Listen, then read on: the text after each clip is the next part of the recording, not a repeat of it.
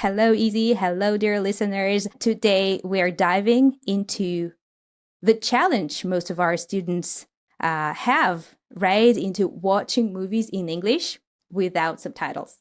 And we will be watching some movies today, right? Izzy, you should remember that many students write to us that they have no issues understanding my English and your English.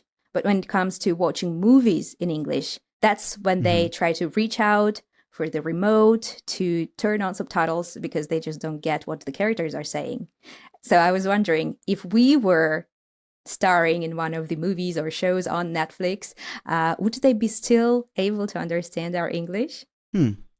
Maybe they could be able to understand you. I don't know if you always speak in a way that's so clear, but I know that I myself mumble a lot when I'm not podcasting. You know, when I'm just speaking naturally, I might mumble. It's not a good thing, I would say. I really try to avoid it, but that's how I still speak. What is mumbling? You say that you're trying to avoid it, but what is it? So when you mumble, you speak really at a low volume, and it's hard to understand what you're saying. It's like you speak like this, you know, and it's hard to understand what you're saying. Yeah, like you're lazy to open up your mouth, right? Pretty much. And if you want to speak more clearly, you can enunciate, which is a verb that basically means that, like speaking really clearly, opening your mouth so people are able to tell what you're saying. So you're saying that actors are mumbling as well? Or they could mumble? I know that you brought some clips today, so we'll be able to check that. Who are the mumbler in the show? Yeah. I think that's one of the things that's happening these days is that actors, actresses, they may mumble, so it's hard to understand them. And that's more of a characteristic of movies these days. I think it's called naturalistic acting. So let's check out Tom Hardy. He's a famous actor, and he is notorious for his mumbling. So in the movie The Revenant, there's a line that it is just impossible, at least for me, to understand what he's saying. Let's check it out. Your ass would still be floating around in Missouri right now if it wasn't for me. Okay, it ends with for me. Could you play it again? I just really want to catch some other words. Your ass would still be floating around in Missouri right now if it wasn't for me. Right now, wasn't for me. Right now, if it wasn't for me. Right now, if it wasn't for me. But I don't understand how he starts the sentence. But the ending is if it wasn't for me. Yeah. If it wasn't for me. Right now, if it wasn't for me. So he's saying that something would have happened. So it's not clear. I didn't understand it when I saw it the first time, and then I did turn on the subtitles, and basically he said, your ass would be floating around Missouri right now if it wasn't for me. Your ass would still be floating around in Missouri right now if it wasn't for me. So Missouri is a state in the United States. So that already makes it kind of hard to make out, to understand. Make out is a phrasal verb that basically means like to understand what you are seeing or hearing, to identify the words, the meaning. So yeah, it's a very long sentence, but he says it very fast too. Yeah, that was really challenging. And you see, like Missouri, for example, if you don't know this word, this name, geographical name, it makes it more difficult to understand, right? That's one of the reasons why we can't understand something, this cultural background. And if he says your ass will be floating, maybe Missouri is the river he's referring to. I don't know. Oh yeah, floating around the Missouri. Actually, yeah, because he's saying the Missouri. That's true. That makes sense. Anyway, so mumbling is one of the factors. Definitely, if you're not understanding, you listener, viewer, if you're not understanding movies without subtitles, this could be it. But then there are other factors too, such as accent. And you could even say that there's some accent here that could interfere with your understanding. So in today's podcast, we're going to be diving into all these different reasons for why you're not understanding movies without subtitles. So another reason, Ksenia, could be simply because of connected speech, which is the way natives and fast speakers connect and reduce the words when you're speaking. So I have a clip here from Will Smith in the movie The Pursuit of Happiness, where he just speaks quickly, but you can still understand what he's saying if you know how to actually understand connected speech. Let's check it out. So I don't want you out here shooting this ball around all day and night, all right? Okay, that was much clearer, right? I could understand it, but still, like, the beginning is so fast, so it's difficult to differentiate between, like, I want you and I don't want you, because he just pronounces it as a one chunk, and it's difficult to understand. I want you, I don't want you. Yeah. I don't want you out here shooting this ball around all day and night. So yeah, this is what we get when we speak with connected speech. He connects many different words there. So he says, I don't want you out here shooting this ball around all day and night. But the thing is that he connects want with you. So that's like a want you. So the letter T connects with the letter Y in you, in want you, which creates that CH sound in want you. So this is one of the patterns that you may find in connected speech. And the rest of the sentence is all connected to, I don't want you out here shooting this ball around all day and night. So I don't want you out here shooting this ball around all day and night, all right? And you, dear listeners, you can practice, just like repeat several times, like, I don't want you, I don't want you, I don't want you. Okay, so you viewer who are watching us right now on YouTube, I understand that the experience on YouTube is pretty basic, it's pretty regular. You can increase the volume, decrease the volume, change the resolution, the quality of the image. You can watch on your phone. That's pretty much it. There's not much else to this lesson that you can get with YouTube. So I want to tell you something that you probably don't know. You can actually have a much better and complete experience with this podcast lesson on the RealLife app, because we offer not just video, amazing, beautiful video, but we also give you a full interactive transcript for each one of these podcasts and our exclusive flashcards, which help you understand and remember forever all of the advanced vocabulary, words, expressions that Ksenia and I are using here and that we use in all of these episodes, so you can speak more clearly and communicate your ideas effortlessly, just like Ksenia and I are doing here.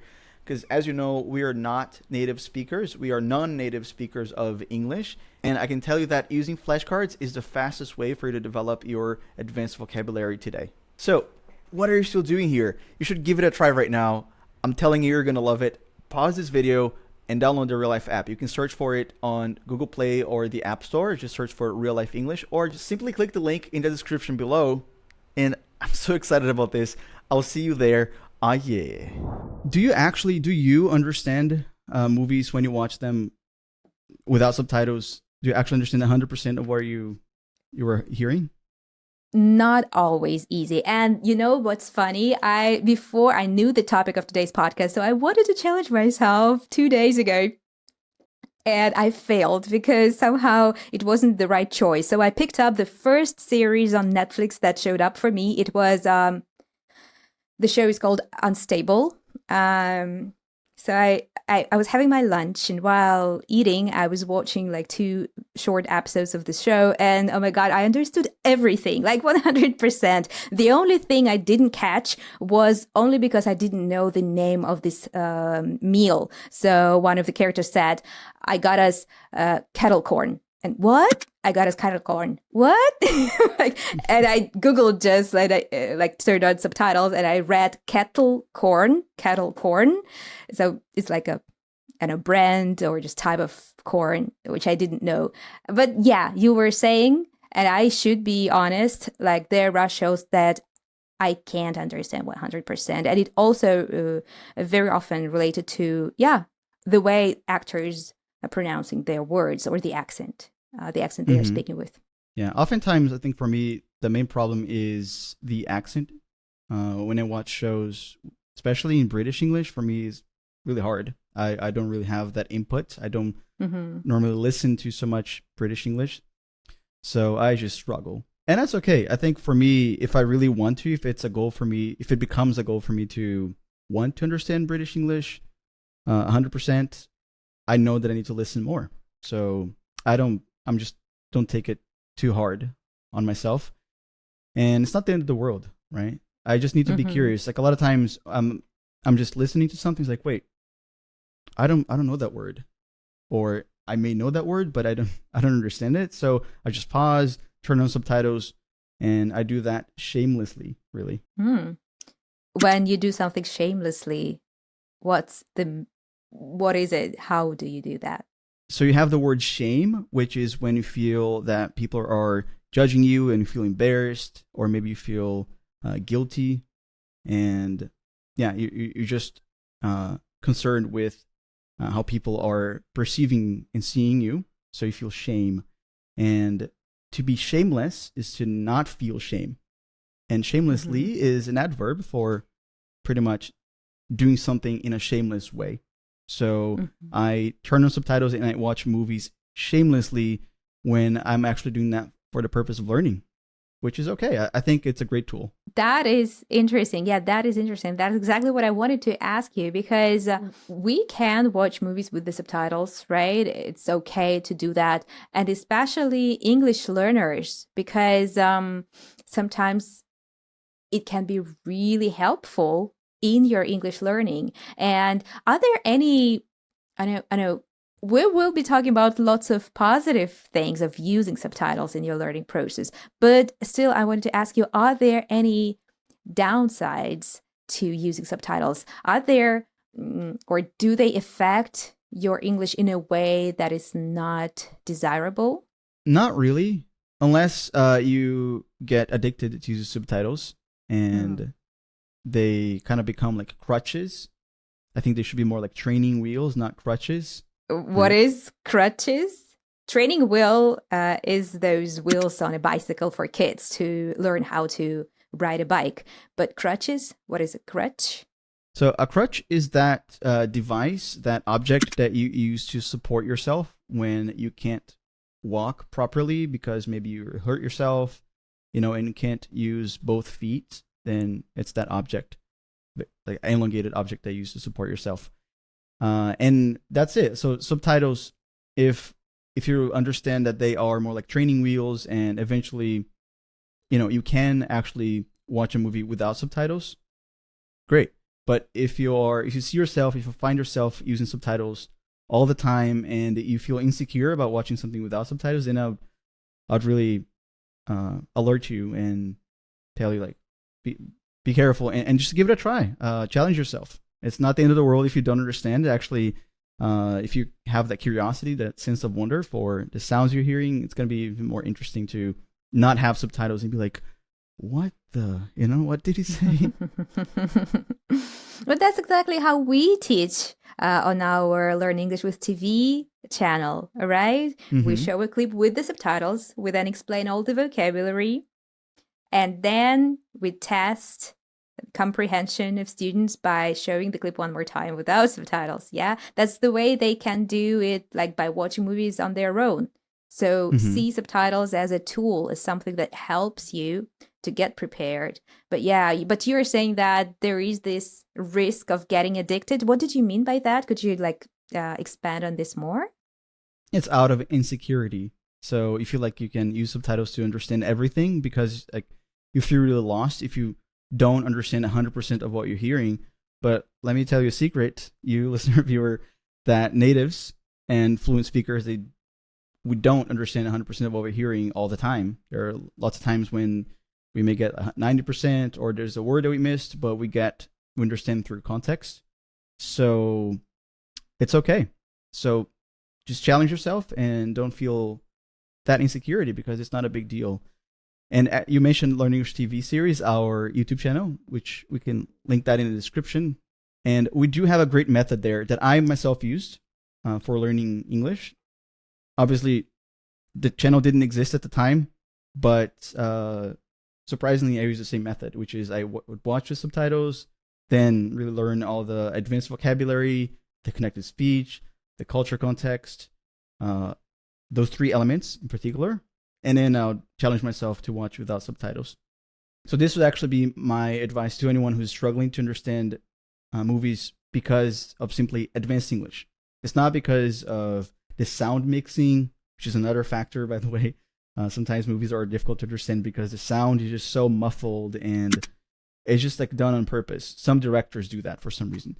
So if it's not because of sound mixing or accent or mumbling, if it's simply because of advanced English, there's a way.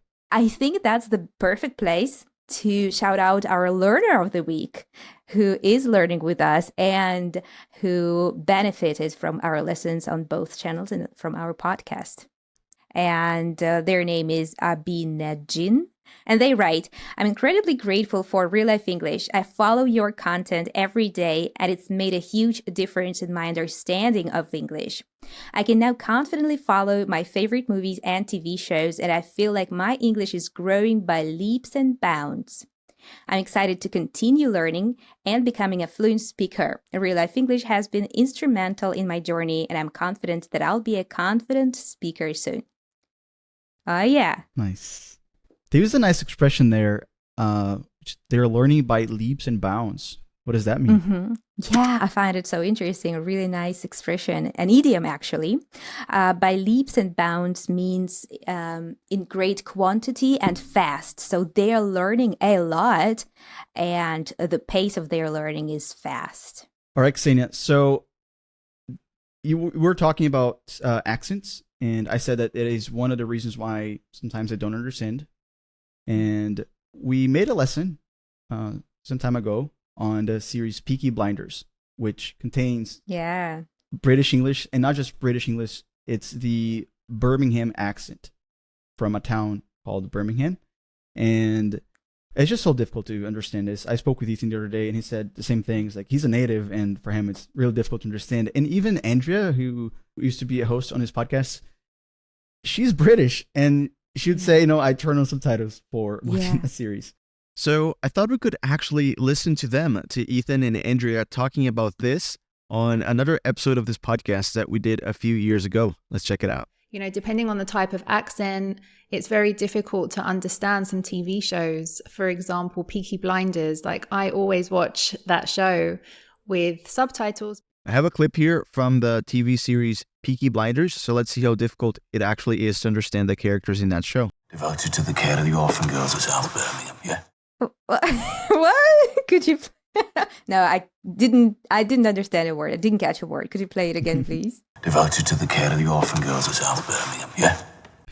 The last word is Birmingham, because you mentioned that it is about a town in like Birmingham, so maybe that's why I had it at the back of my head already. So I heard Birmingham, but everything he's saying there before, I just no, total gibberish. Don't know.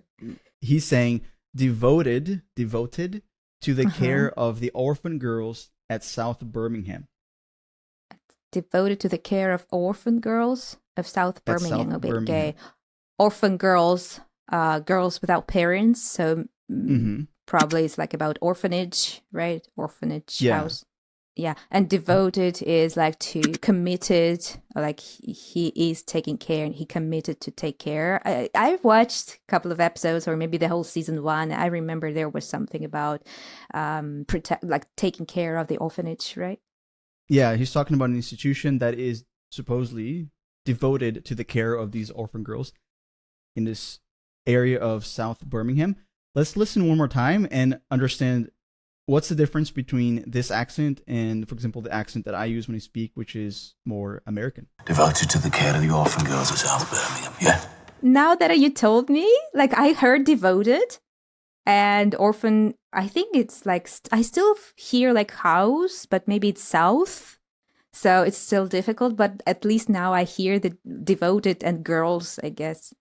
Yeah, and in care, there's an R there, which in his accent it's care. Care of the and then the expression orphan girls, obviously this is not American English, so it's often goes. Often goes. Care of the often goes. That doesn't sound like English to me. Yeah. If spoken isolated. So yeah, it's kind of difficult. But this is it. So I do use subtitles when I watch series in British English. Devoted to the care of the orphan girls of South Birmingham. Devoted to the care of the orphan girls of South Birmingham. Izzy, let me ask you this. So we were saying that students should be careful and not get addicted to subtitles, but actually you said that we can use subtitles as a tool. So actually it can help us, right, in our learning journey. Could you speak more about how exactly our students can, have subtitles as a tool or use it to their advantage, let's say? You need to know that you are using it as a tool. I know that sounds pretty obvious, but you're going to be activating your English there when you're activating subtitles, just think about it. You are activating your English. So now you're going to be examining, being curious about what you're seeing, and oftentimes pausing, to take note of interesting words. And don't let it get you down when you don't understand a word or an expression. It is actually an opportunity for learning. So what I would do back in the day was I would use a lot of dictionaries in English, so no translation, because you can actually understand just by a more simple definition. So avoid translation. And the other thing that was really interesting was Wikipedia, because there's a lot of culture context. And if you just search for, a word like a country, for example, maybe the dictionary won't have that entry, that item there. So you use Wikipedia a lot for culture, for understanding culture. So you're saying, like, let's imagine our student, they are watching a movie on Netflix. They chose English language and English subtitles, right? And while watching and reading, they can like pause, take some notes, look up the words in the dictionary that they don't know. What I love doing as well, like right now, I'm not look up so many words, right? It's just like the matter of understanding because of the accent or connected speech. But what I like doing, it's just like off topic for maybe more advanced students of English. Whenever I watch a movie on Netflix, if I use English subtitles and I know the original sentence, what I do is switch to Ukrainian subtitles and I see how literal the translation was. And sometimes you just like catch so many gems there. Either the translation was odd or off. Yeah, the translation was off. Or like they used a phrase that would help us understand the content more, but closer to Ukrainian audience. And sometimes they just like take it wrong, absolutely wrong. Yeah, it's a lot of fun to actually study lines. I mentioned Learn English with TV series, our YouTube channel. And when we create those lessons, we actually we make an effort to explain vocabulary in a simple way. And by trying to do that yourself, you actually, get to explore a lot of the deeper meaning there. Maybe you'll realize that a word may have all these other different meanings that if you're translating to your own language, you're going to fail to really deliver that, to really translate it effectively for somebody who doesn't speak that language. Interesting, Manny. I think the only thing that we didn't talk about today, I think it would be nice to wrap up the episode with this question and your answer. How can we use subtitles to enhance our listening skills? Does it actually help to improve our listening in any way? That's a good question. Okay, so we talked about connected speech, and I think this is the one thing that you should pay attention to if you want to improve your listening skills from intermediate to advanced. Just pay attention to connected speech. These are patterns. These are things that repeat. And for example, I already gave one example today of words that end in T accompanied by a word that starts with a Y letter, the Y letter. Want you becomes want you. So this is a pattern. And if you notice that with subtitles, then you'd be like, oh, okay, so next time it comes up, that's probably how they'll say it again. It's not a rule because they don't necessarily use it, but very often they will, and that's it. So it helps you identify patterns more easily. So this helps with understanding what you're listening. And I think when you're speaking, it helps a lot too for you to pause and try and repeat, but this time using connected speech yourself. Just like this clip from Pursuit of Happiness, the clip with Will Smith you were bringing today, like it even like helps you realize that, okay, what I see is not what I actually hear. Like, I don't want you out here. That's what you can read in the subtitles. It's not actually what he's saying. I don't want you out here. Yeah, I don't want you out here. And it is hard to remember all the words anyway. So if you want to focus on the musicality of it, you have the subtitles there to help you remember the actual line with the words, and you can focus on the musicality of it. If you're shadowing, which is a very interesting exercise, a very interesting technique, for improving your pronunciation and your muscles of articulation, your skills with it. You can try shadowing. Have you done any shadowing activities with your students, Ksenia? Yeah, definitely. I am asking them as a homework, you know, so I hope they're doing that at home. But basically, I ask them to watch a clip, like rewind, listen again, and try to mimic, just say the same with the same intonation and using the same pattern of connected speech there. Exactly. And surprisingly, it translates very well. It's a skill that somehow it helps you a lot with understanding, with your listening comprehension later on.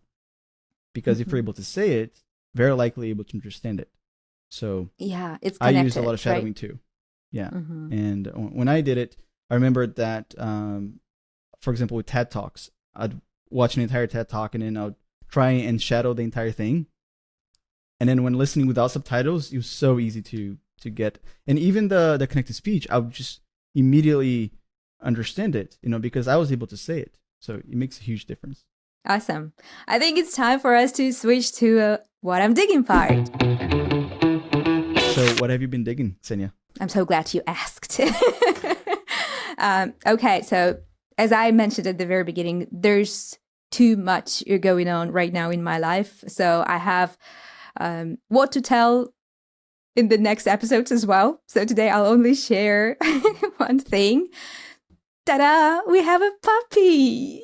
Now I'm a mother to two kittens. They're not kittens anymore, sorry. So I'm a mother to 2 cats now and a puppy. I'm not so sure yet if I can cope with it. I mean, this whole new responsibility. I can see now how different it is to take care of a cat and a dog. Oh my God, it is so demanding. It requires so much of your attention, especially when it's still a puppy. But I try to see the positive things. One of the positive things is that right now I have a chance of having my morning walks with the dog every day. So I wake up Mira and we go together on a walk. So we're spending time together with her and with our new dog. And usually we take those walks by the beach. So it's like fresh air and, you know, so many positive things about it. The only thing I'm worried now is that autumn is approaching and it will be a raining season. So I'm already trying to, you know, find some appropriate clothes for our walks under the rain. What's your name? Yeah, so I keep saying it because I didn't have a dog for a while, so I'm still like, you know, it. But, you know, when it's our pet, we may use pronouns like he or she. So this is her. This is a girl. And her name is Iryska. Iryska is a Ukrainian word for this type of candy, which is a toffee, like a nudge, I guess that's another word, right? So it's like a reddish, brownish, yellowish thing, just because of the color of the dog. She is like brownish. So what color is that again? Like fudge, you said? It's this, maybe I don't know exactly how the word is in English. I forgot. So this is like a toffee, you know, the candy toffee, right? It's like brownish yellow. So maybe it's not that word. Maybe I misused the word. Do you know the word? Fudge, nudge? Not for the color so much. I mean, these are all candy. So you can get really creative with colors. Anyway, we can show a picture of your puppy here on screen.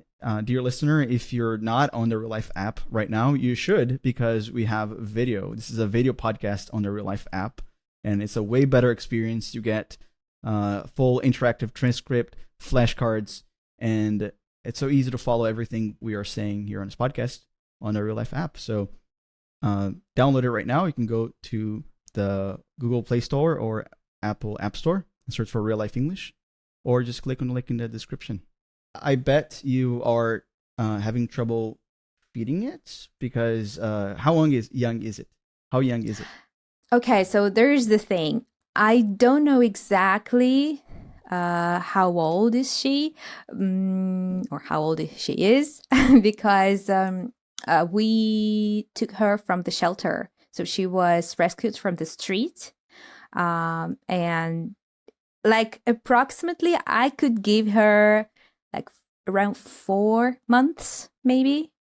I'm not that good at it. We haven't been to the vet yet. So I would give her like around 4, maybe 5 months tops. I love dogs. I love pets. And I've had so many pets in my life. Currently, I have none, but I'm looking forward to having my next pet. Probably within, 1-2 years, I will be moving and I'll be getting a new pet. Yeah, and I imagine that while you don't have a pet yet, maybe you enjoy watching those movies about pets, especially about dogs. There are so many awesome movies about dogs, right? Those are the best. Yeah, I think everybody loves those. Those are the best.